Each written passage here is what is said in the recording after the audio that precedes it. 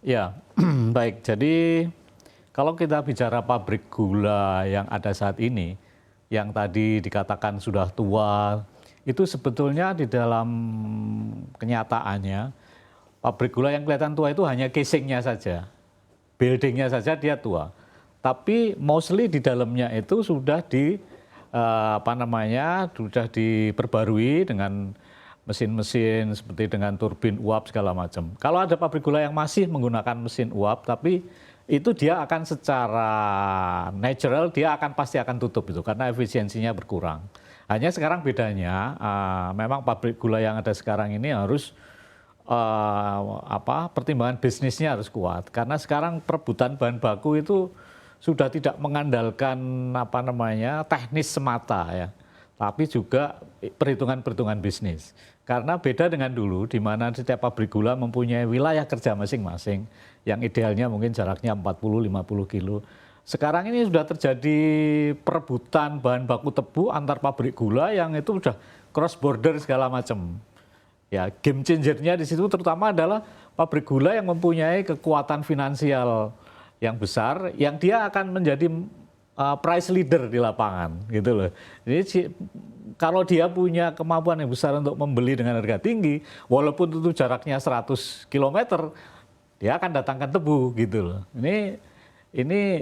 Itulah isu-isu mengenai gula saat ini ya di lapangan seperti itu. Kecuali kalau pabrik gulanya itu mempunyai lahan HGU sendiri yang semuanya itu 100% under control dia. Tapi kalau selama itu berbasis kepada supplier pada petani segala macam ya dia harus pinter-pinter mengelola bisnisnya itu. Ya itu sudah apakah pabriknya tua, apakah pabriknya mungkin efisiensinya lebih rendah, tapi sepanjang dia akan bisa memanage hitungan-hitungannya ya, dia kan mungkin punya, kalau saya beli dengan harga tinggi tapi saya akan dapat bahan baku yang banyak, economy of scale-nya akan tercapai, ya mungkin pabrik gula yang lebih efisien tapi mungkin cuma tidak berani beli harga tinggi ya mungkin dia akan lebih loss lagi kan gitu. Kira-kira seperti itulah. Tapi overall pabrik gula sekarang ini memang tetap bervariasi. Ada yang efisien, ada yang less efisien ya karena memang ada yang lebih banyak tambal sulamnya sedikit. Ada yang newly fresh sama sekali ya itu pasti kan lebih bagus.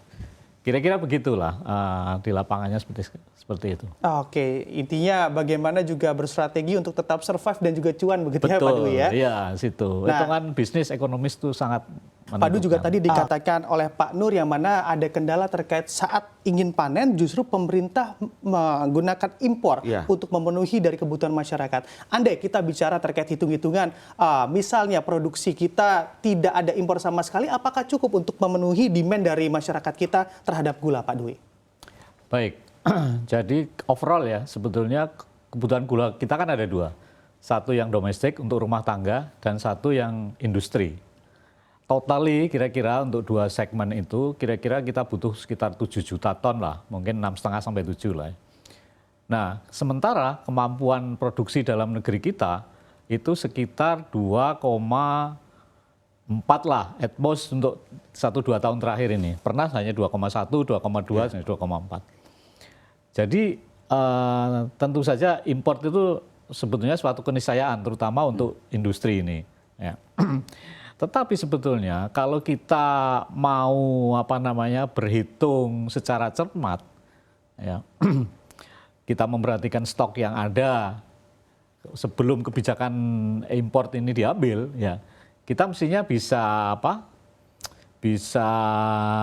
mengambil keputusan. Paling tidak waktu yang tepat untuk impor sehingga tidak terjadi sampai pabrik gula sedang giling, impornya masuk gitu sehingga harga akan turun.